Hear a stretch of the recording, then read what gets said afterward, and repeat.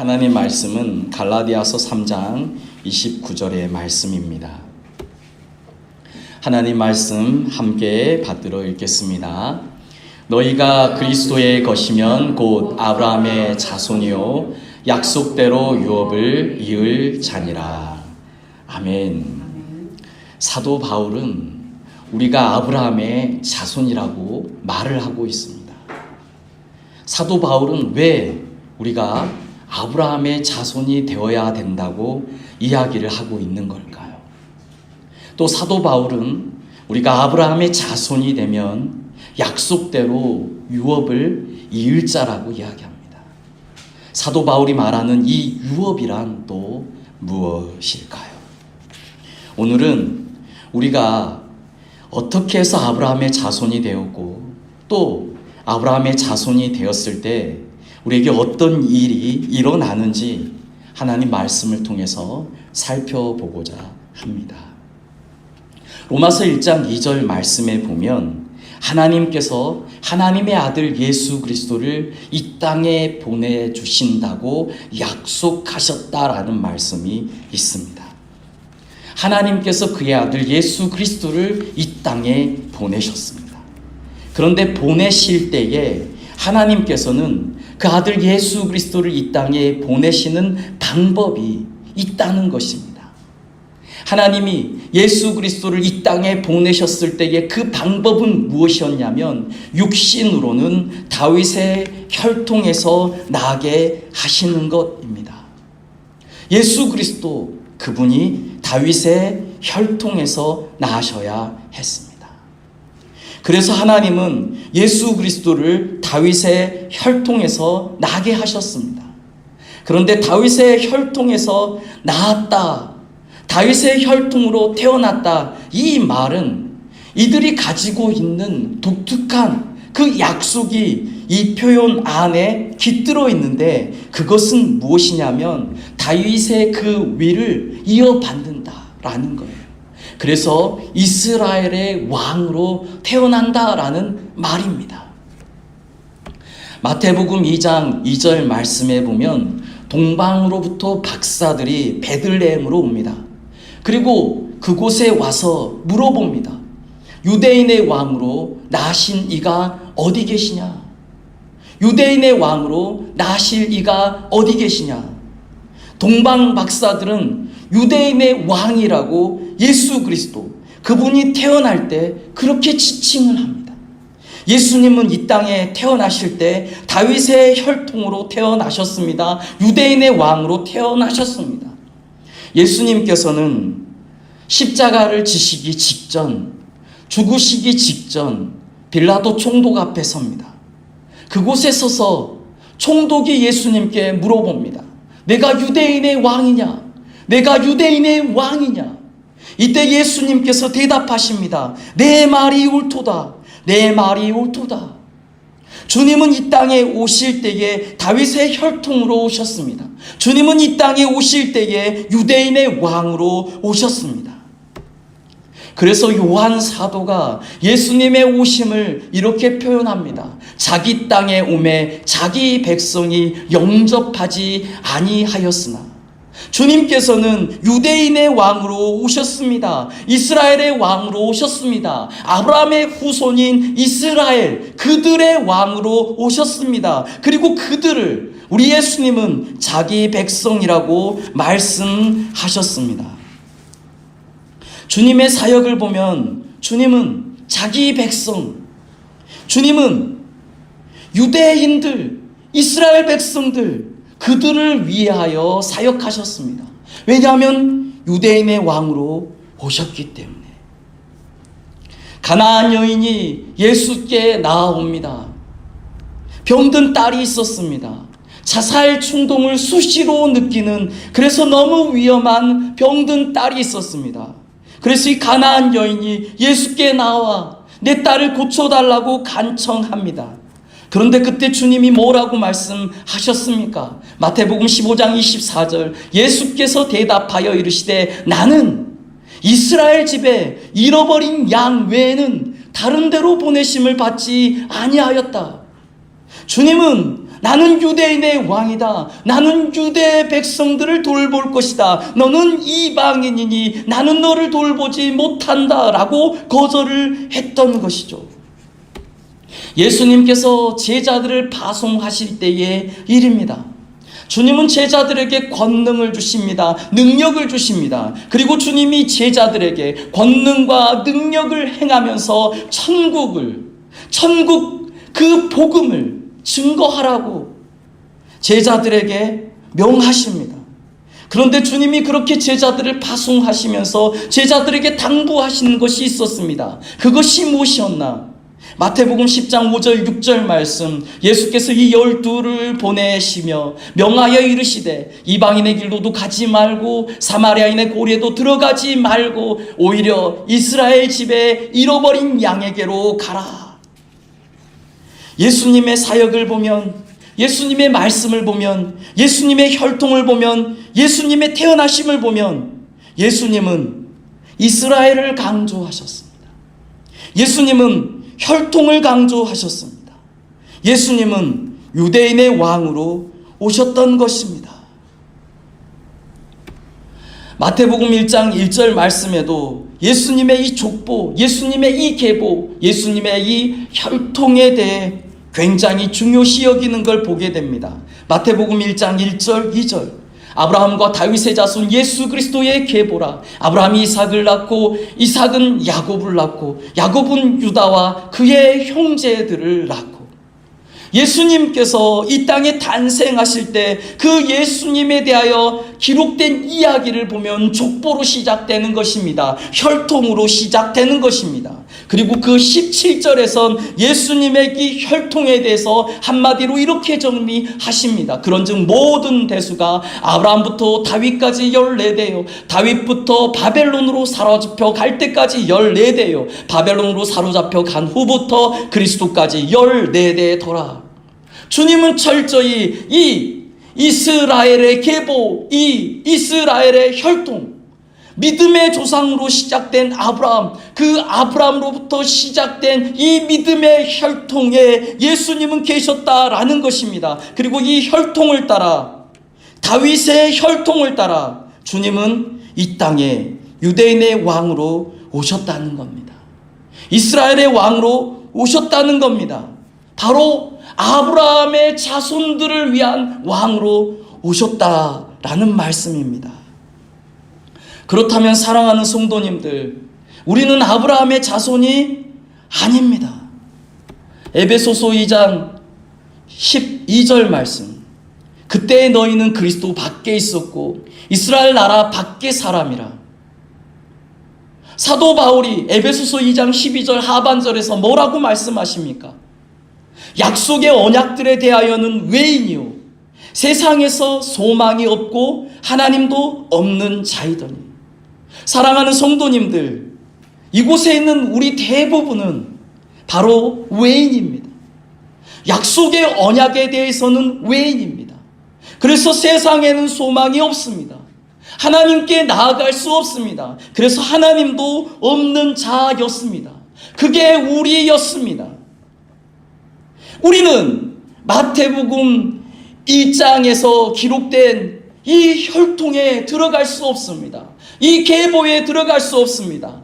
아브라함으로부터 다윗까지의 대수가 14대입니다. 다윗부터 바벨론으로 사로잡혀 갈 때까지 14대입니다. 바벨론으로 사로잡혀 간 후로부터 그리스도까지 14대입니다. 이 족보에, 이 계보에, 이 혈통에 우리는 들어갈 수 없다는 것입니다. 그래서 우리는 어떤 사람이 되었냐면 약속의 언약들에 대해 외인인 것입니다. 우리는 그 은혜를 누릴 수 없는 것입니다. 그래서 세상에 소망이 없고 하나님도 없던 자가 바로 우리였다라는 것입니다. 그런데 사랑하는 성도님들, 이 마태복음의 이 복음의 이 혈통은 누구에서 끝이 나는가? 그리스도에게서 끝이 난다는 이 사실에 우리는 주목해 보아야 합니다. 예수 그리스도는 혈통을 따라 이 세상에 탄생했습니다. 그런데 이 족보는 아브라함 때부터, 믿음을 언약을 받은 아브라함 때부터 예수 그리스도까지 끝이 나더라는 것입니다. 예수 그리스도까지 끝이 나더라는 것입니다.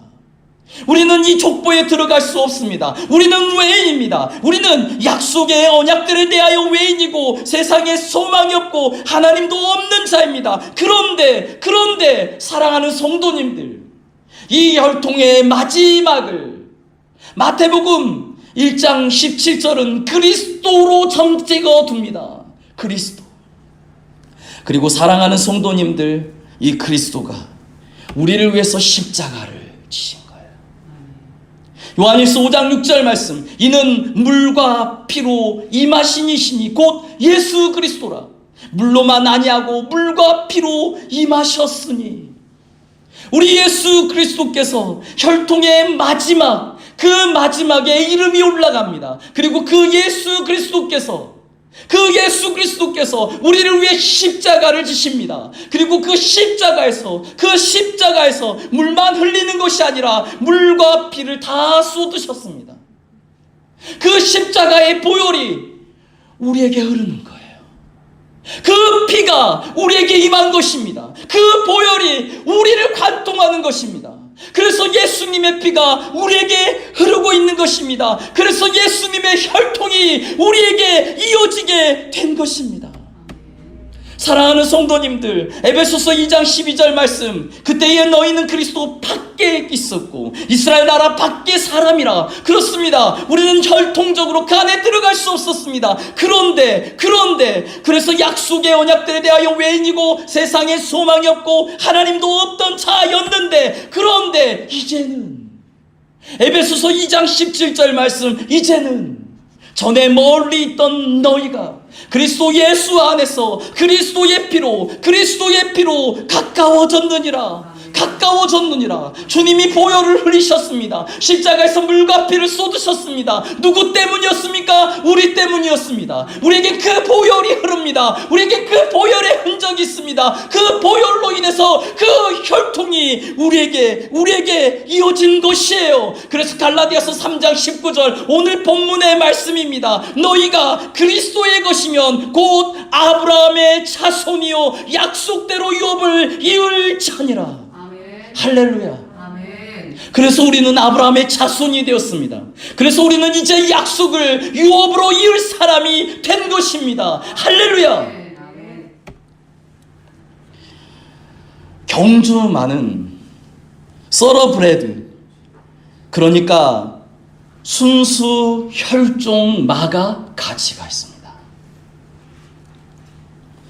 순수 혈종 마 중에는 망아지가 6억이 넘어가기도 합니다. 왜냐하면 이 순수 혈종마는 경주에 나가면 승리하기 때문에 그렇습니다. 순수 혈종마의 망아지는 갓 태어나서 힘이 없어 보여도 가치가 있습니다. 6억을 들여서 비싸게 준비를 합니다. 이 망아지의 겉모습을 보며 판단하지 않습니다. 이 망아지의 혈통을 보며 판단합니다. 왜냐하면 그 혈통을 따라 태어난 망아지는 늘 경주에서 우승했기 때문에 그렇습니다. 그 혈통이 대부분 우승했습니다. 그러니까 순수 혈종마의 겉모습보다 비록 망아지어 힘이 없고 비틀거리고 귀가 꺾여 있다 할지라도 겉모습이 신통치 않아 보여도 이 망아지가 순수 혈종말이면 가치가 있는 거예요. 이 말은 그 혈통을 따라 성장합니다. 그리고 그 혈통을 순수하게 유지해온 순수 혈종말은 경주에 나가면 우승해요. 그런 말들이 경주에 나가면 다 우승한 것입니다. 사랑하는 성도님들, 그래서 혈통이 중요한 거예요. 그래서 우리가 아브라함의 자손이라는 것이 중요한 것입니다. 우리 믿음의 선조들을 보십시오. 이제 당당히 예수 그리스도의 보혈로 우리 믿음의 선조가 되었습니다. 아브라함, 요셉, 모세, 요수아, 갈렙, 삼손, 다윗, 에스더, 엘리야, 엘리사, 느헤미야, 다니엘, 사도 바울, 전부 다 우리 믿음의 조상들입니다. 우리의 혈통 안에 계신 분들입니다.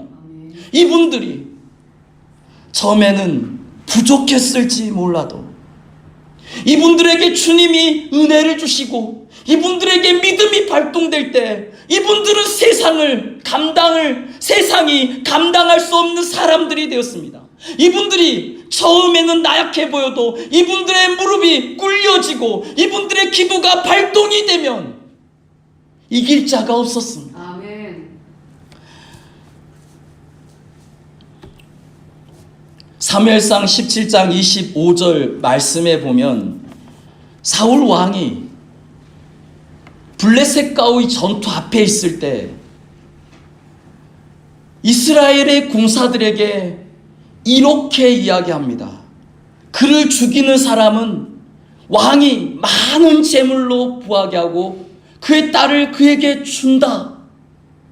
그러니까 블레셋의 장수가 골리앗인데 그 골리앗의 존재로 인해서 이스라엘 백성들은 모두가 메뚜기가 되어버린 것입니다.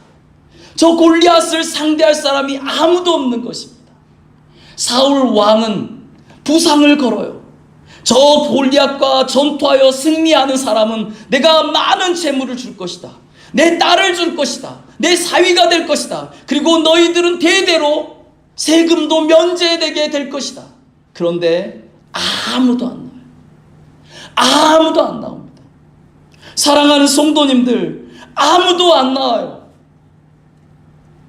이 세상이 외적인 조건으로 모든 것이 이루어지지 않습니다. 외적인 조건 가운데 아무리 화려함이 있어도 한계가 있습니다. 정말 우리를 이끌고 가는 그것은 무엇인가? 외적인 동기가 아니라 내적인 동기예요. 다윗이 이 이야기를 듣습니다. 그리고 다윗이 그 전장 앞에 섭니다. 다윗이 골리앗 앞에 서게 된 이유는 무엇입니까? 다윗이 곁에 서 있는 사람들에게 말하여 이르되 이 할례 받지 않은 블레셋 사람이 누구이기에 살아계신 하나님의 군대를 모욕하는가? 사랑하는 성도님들, 만약 다윗이 외적인 조건, 세상적인 조건, 그곳으로 블레셋의 장수인 골리앗과 싸우려고 했다면 나오지 못했을 겁니다. 그가 누구입니까? 골리앗은 육척 장신이에요. 용장이에요. 다윗이 어떻게 그를 상대합니까? 그런데 골리앗이 하나님의 군대인 이스라엘을 모욕하는 것을 보았습니다.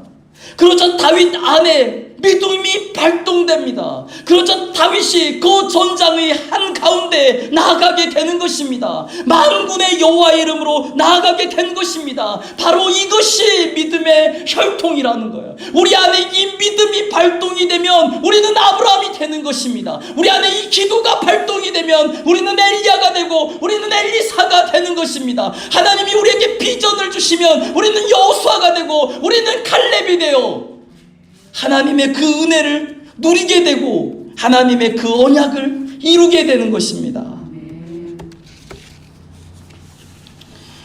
어떤 배우가 있었습니다. 순간 시청률이 70%까지 올라가는 드라마를 찍고 있을 때였습니다. 그런데 마음 가운데 이거 하면 뭐하나, 이거 하면 뭐하나. 사랑하는 성도님들, 외적인 동기가 우리를 힘있게 하는 게 아니라니까요. 높은 연봉이 우리를 힘있게 하는 게 아닙니다. 이 배우가 순간 시청률이 70%나 되니까 다른 배우들의 부러움을 사는 겁니다. 그런데 오히려 그 부러움이 짐처럼 여겨지는 거예요. 이곳을 떠나고 싶은 거예요. 또 스트레스도 있는 거예요. 시청률이 떨어지면 어떡하나. 그런데 이 배우는 크리스천이었습니다. 그리고 이 배우는 배우이기 때문에 대본을 잘 외웠습니다. 이 배우가 주님 앞에 기도합니다. 그리고 주님이 주시는 마음을 붙들고 내가 잘 할 수 있는, 가장 잘 할 수 있는 것, 그것은 무엇이냐면 암기하는 것. 그러니까 그때부터 고린도전서 13장을 외웠습니다. 히브리서 11장을 외웠습니다. 에베소서 말씀을 외웠습니다. 빌립보서 말씀을 외웠습니다. 그러니까 기쁨이 회복이 되는 거예요. 그러니까 그 모든 것을 감당해내는 거예요. 높은 시청률에 대한 부담을 다 떨쳐버리게 되는 거예요. 즐거움으로 일하게 되는 거예요. 믿음이 발동될 때, 사랑하는 성도님들, 우리 안에 아브라함의 그 믿음이 발동될 때 우리는 일어서게 되는 것입니다. 가지 못했던 곳을 가게 되는 것입니다. 도전하지 못했던 것에 도전하게 되는 것입니다. 믿음이 발동될 때, 사랑하는 성도님들, 예수님의 보혈로 인해서 우리는 아브라함의 자손이 되었다니까요. 우리의 조상, 우리의 그 믿음의 DNA가 우리에게 흐른다니까요. 예수님의 보혈로 우리를 관통하고 있다니까요. 예수마을 공동체 잘 아실 거예요. 몇 가정이 시골로 들어갔습니다. 시골로 들어가서 그곳에서 예수 마을을 세워보고 싶은 거예요. 들어갔는데 뭐 합니까? 도시에서 있던 사람들이 귀농해가지고 뭘 얼마나 하겠습니까? 농사를 하는데 주님이 주시는 마음을 붙들었습니다. 화학 재료 쓰지 말자. 그렇게 농사를 하니까 주변에 계시는 분들, 할머니 할아버지들이 많았는데 다 비웃는 거예요. 그거 그렇게 해서 되는 게 아니라고. 그 할머니 할아버지 말씀이 맞았습니다. 안 돼요. 이게 농사가 잘 안 되니까, 하나님의 방법으로 해보려고 해도 잘 안 되니까 몇 가정 되지도 않는데 다툼이 시작되는 거예요. 그때 이분들이 왜 우리가 귀농을 했냐, 이곳에서 우리가 예수 마을을 만들어 보려고 한 것 아니냐, 마음을 다시 다잡고 처음부터 다시 시작했습니다. 처음부터 하나님께 기도하면서 다시 시작했습니다. 하나님의 은혜를 구하며 나아갔습니다. 하나님께 기도했더니 하나님께서 그 땅을 풀어주셨나 봅니다. 그 땅 여전히 주님께 기도하면서 은혜로 눈물로 개척을 하는데, 개강을 하는데, 그런데 그곳에서 하나의 열매가 나야 할 곳에서 2개의 열매가 나더라는 거예요. 2개의 열매가 나야 될 곳에서 4개의 열매가 나더라는 거예요. 하나님이 그 땅을 풀어주셨답니다. 그 땅에 화학재료를 쓰지 않았는데, 그래서 주변 사람들이 놀랬대요. 싹이 트니까 놀랬대요. 더 놀래는 건 하나 나와야 할 열매가 2개씩 나오고 2개 나와야 할 열매가 4개씩 나오니까 그곳 사람들이 예수 마을은 다르구나 인정하게 되었답니다. 사랑하는 성도님들, 우리에는 그런 DNA가 있습니다. 망설여지고 포기될 것 같은 그 앞에서 우리 주님이 우리로 하여금 기도로 도전하게 하는 거예요. 우리 믿음의 선배들은 그렇게 했습니다. 우리에겐 바로 그 믿음의, 그 기도의 DNA가 있는 거예요. 발동하기 시작합니다. 어려운 일 있습니까? 주님께서 우리에게 감동을 주십니다. 너에게는 기도의 DNA가 있어. 주님, 저는 기도할 줄 몰라요. 그렇지 않아. 너에게는 그런 혈통이 있어. 너의 지금의 모습은 어떠한지 몰라도, 나약한지 몰라도, 쓰러질 것 같을지 모르지만, 그러나 너에게 믿음이 발동이 되면, 그러나 너에게 기도가 발동이 되면 너는 우승하게 될 거야. 너를 뒤쫓아올 다른 것들이 없을 거야. 주님 그렇게 우리에게 말씀하고 계십니다. 헨드리 페이지라고요, 비행술의 선구자입니다. 이분이 비행술로 에어쇼를 하는데, 그런데 이때가 비행기에 가끔씩 쥐들이 숨어 살기도 했었어요. 이분이 에어쇼를 하는데 쥐 한 마리가 왔다 갔다 하더니 가장 중요한 전선 하나를 계속 갉아서 끊으려고 하는 거예요.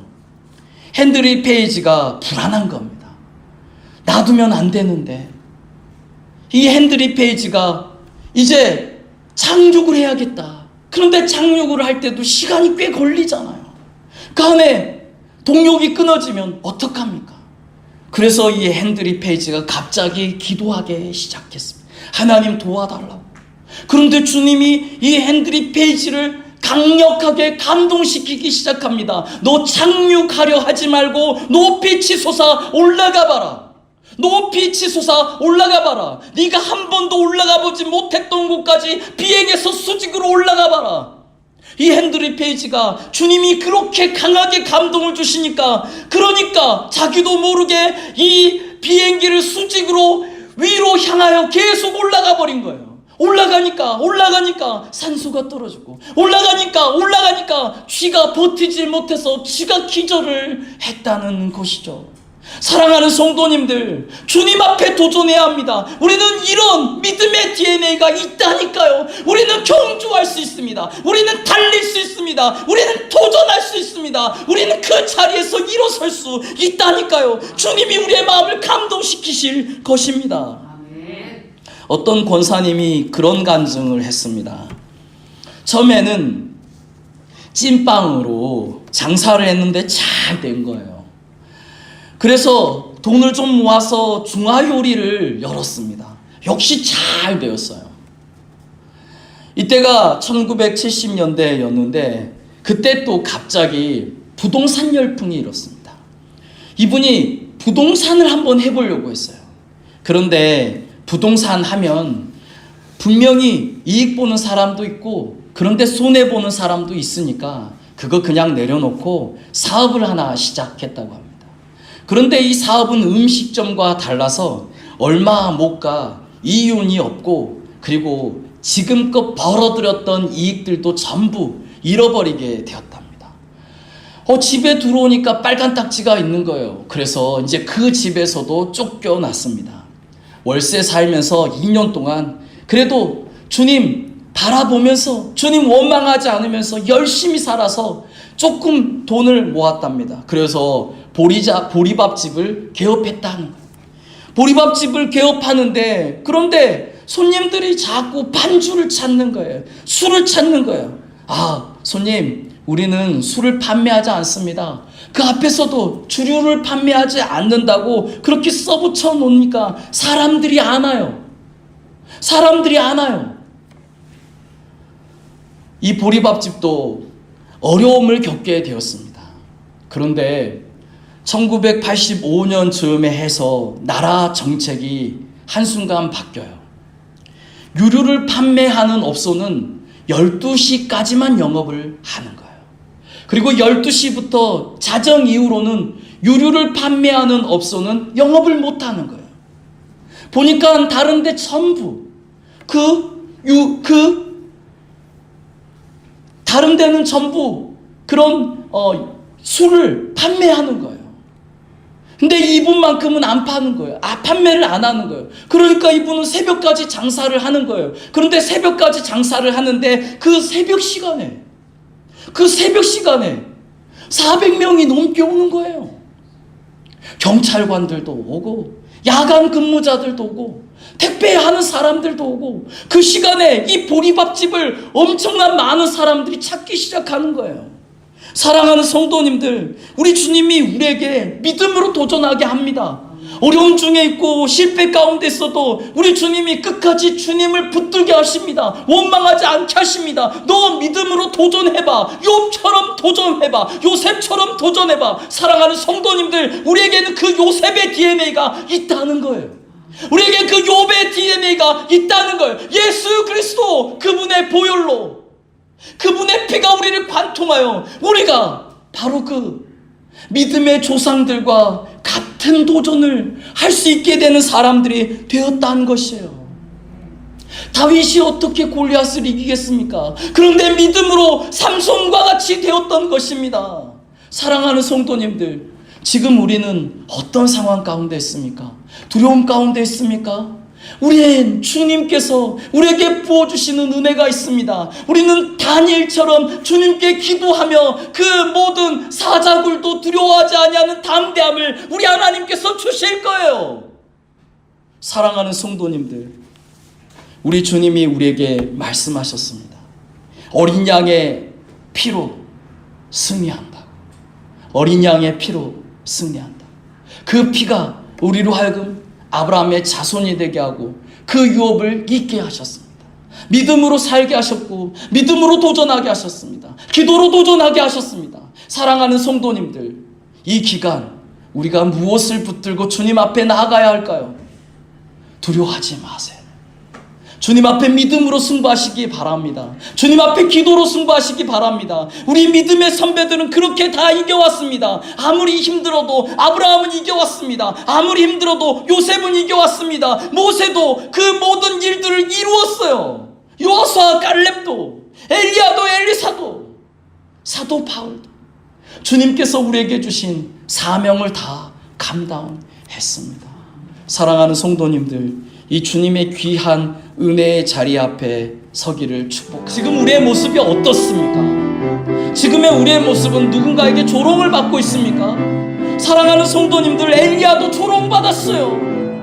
스데반도 조롱받았어요.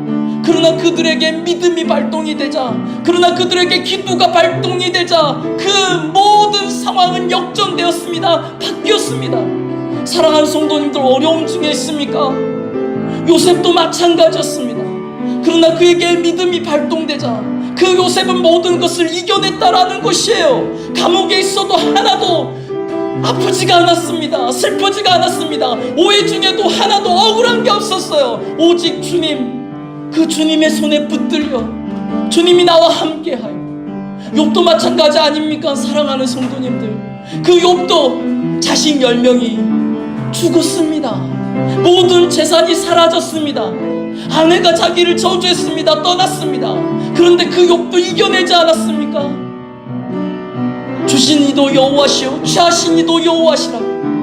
우리에게 그런 DNA가 있다니까요. 손수 혈종말은 겉모습이었다든 상관없어요. 그의 망아지 모습이었다든 상관없어요. 그는 자라게 될 것입니다. 그리고 그는 뛰게 될 것입니다. 그는 우승하게 될 것입니다. 그 혈통이 그 망아지를 증명해 주었거든요. 사랑하는 성도님들, 예수님의 보혈이 우리를 증명해 주는 줄로 믿습니다. 그 보혈이 우리를 증거해 줍니다. 그 보혈이 우리로 하여금 우리가 아브라함의 자손이라고 증거해 줍니다. 그리고 그 증거대로 될 것이에요.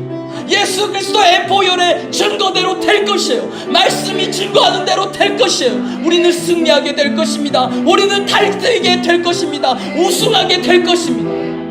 사랑하는 성도님들, 욥은 모든 것이 갑절이 되었습니다. 재산도 갑절이 되었습니다. 가축도 갑절이 되었습니다.